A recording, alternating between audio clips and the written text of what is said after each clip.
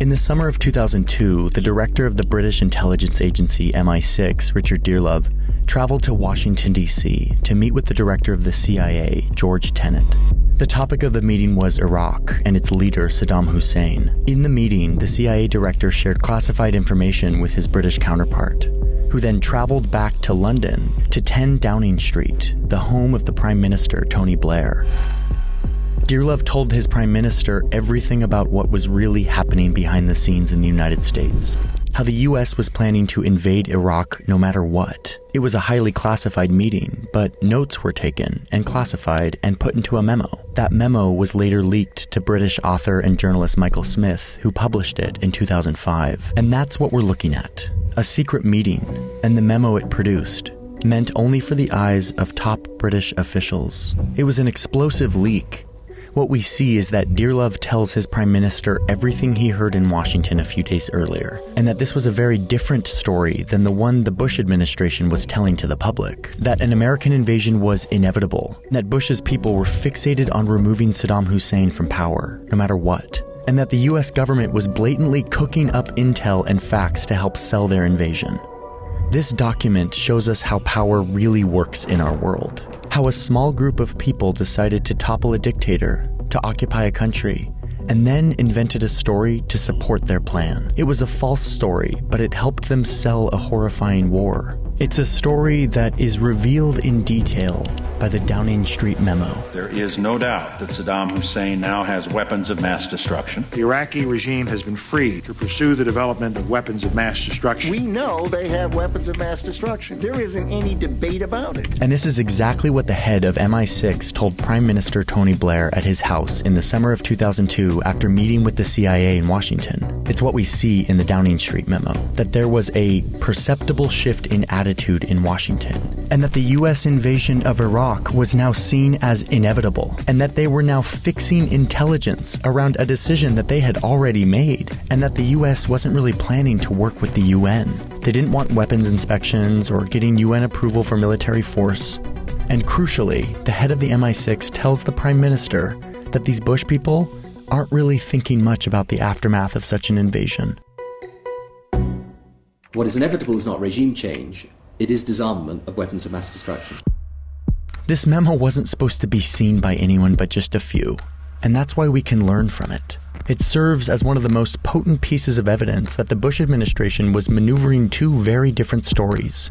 Their private story about the need to remove a dictator to project US power, which was in stark contrast to the public story that they had to tell to sell the invasion. Their influence campaign. Any country on the face of the earth with an active intelligence program knows that Iraq has weapons of mass destruction. Because they knew that if they were really going to sell this war, they would need to convince not only the American public, but also Congress, and at least partially the international community. What we learn in the Downing Street memo is that they had settled on two main focus points for their story.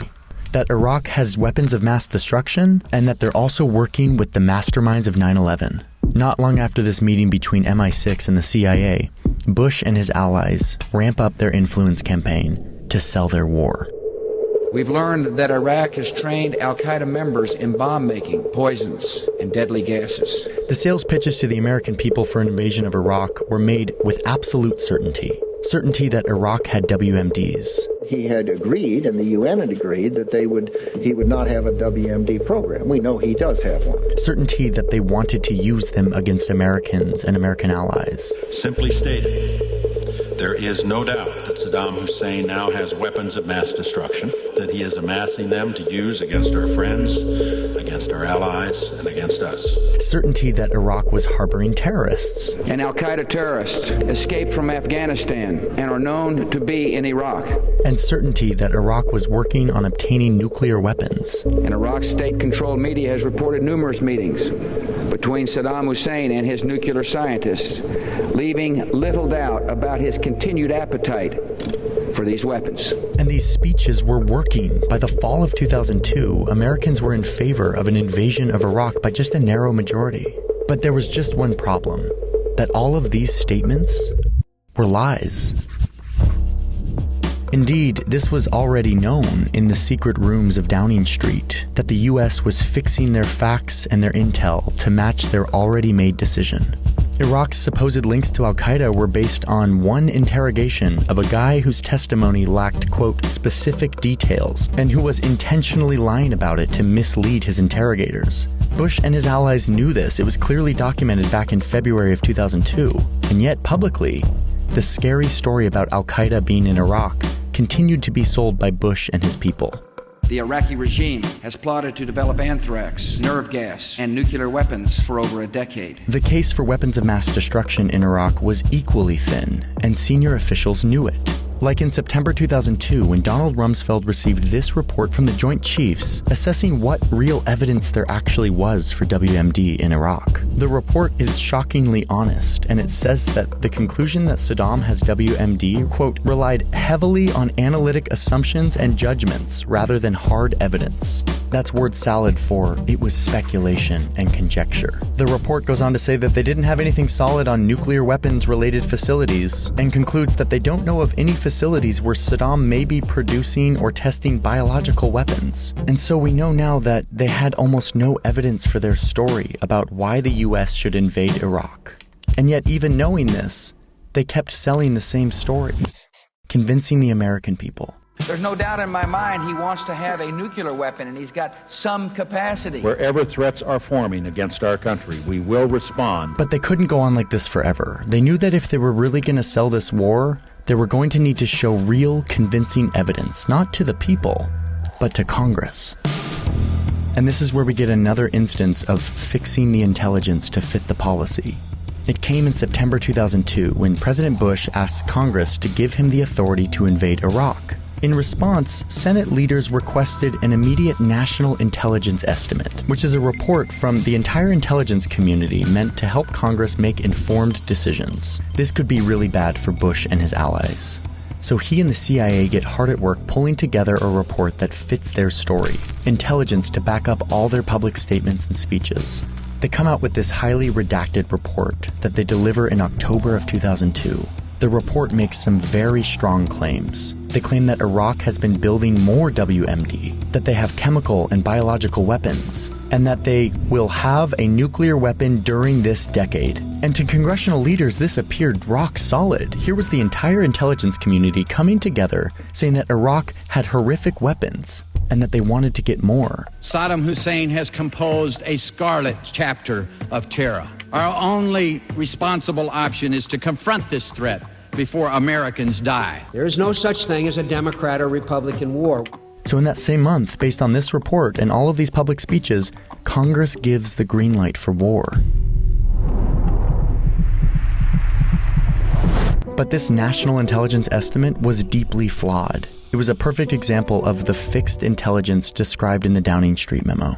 It was put together in less than a month, totally rushed. The report had been plagued by groupthink and directed by political pressure, with the Bush administration pushing analysts to deliver a report that matched their conclusions that they had already come to months earlier. And they did this using very old intelligence. The CIA hadn't had any human assets on the ground for years, so their report wasn't even based off of anything after 1998. But it didn't matter. Bush and his allies had successfully sold the war to Congress and the American people. But there was one last hurdle. It was the international community, which would mean they would have to face the UN process that they apparently had no patience for.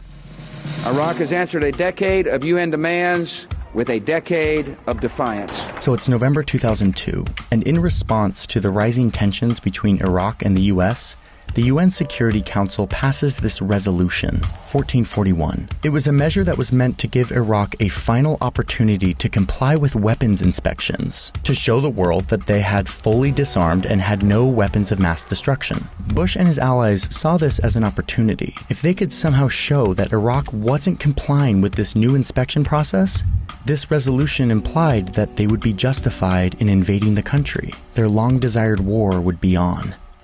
But they had a problem, which is that Iraq and Saddam Hussein were complying with the weapons inspections. Over the course of 4 months, UN weapons inspectors searched Iraq from top to bottom. They were led by Hans Blix, the former head of the International Atomic Energy Agency. They conducted over 900 inspections at over 500 locations. And they didn't find anything. No WMD, no biological weapons, no nuclear weapons programs. Iraq has on the whole cooperated rather well. Access has been provided to all sites we have wanted to inspect: universities, military bases, presidential sites and private residences. Hans Blix did find two things that were important.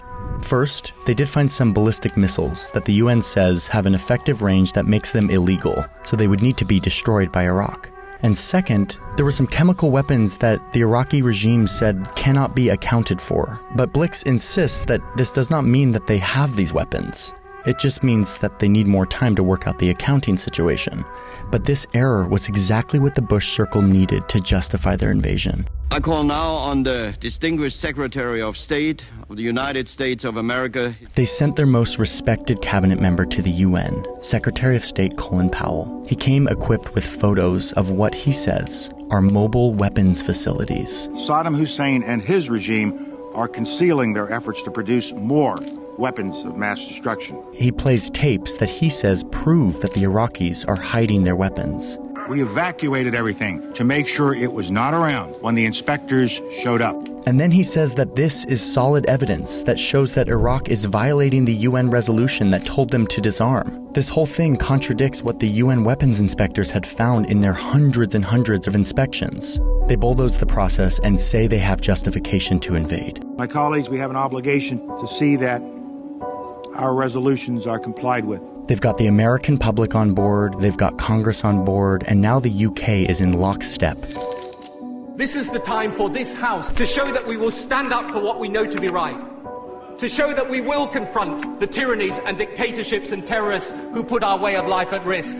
The Bush administration abandons the UN process, and that March, his people do what they set out to do 18 months earlier, when they were looking for something else to bomb, to show who's really in charge on the world stage.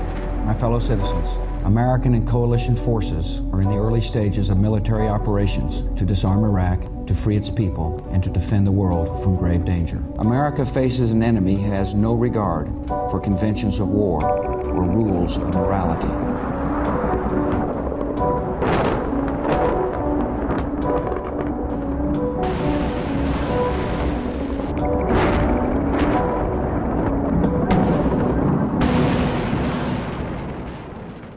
Bush's war took the life of an estimated 500,000 Iraqis and thousands more who fought for their country. And over the course of a decade occupying Iraq, no weapons were found, no nuclear facilities, no mobile weapons labs. In fact, it seemed like Iraq had dismantled its nuclear program back in 1991 and the rest of its chemical and biological weapons just a few years later.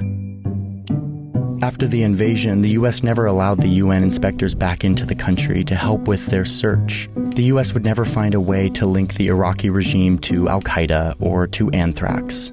Colin Powell, the Secretary of State, who played a major role in selling this war to the international community, would later say that he regrets his part in starting the war. Deeply regret that some of the information I presented, which was multi-source, was wrong. Hans Blix, the chief weapons inspector for the UN, would comment later that year that it is sort of fascinating that you can have 100% certainty about weapons of mass destruction and zero certainty about where they are. We may never know what was in the heart and minds of these senior leaders, whether they truly believed their own lies, whether they felt justified in the choices they made. But what we can learn from this story is how these leaders behaved when they thought no one was watching, when they thought they could tell a compelling story to the public while having a totally different set of motivations, and how with enough fear and enough deception, you can lead an entire society into an unprovoked war, changing the course of history in the process.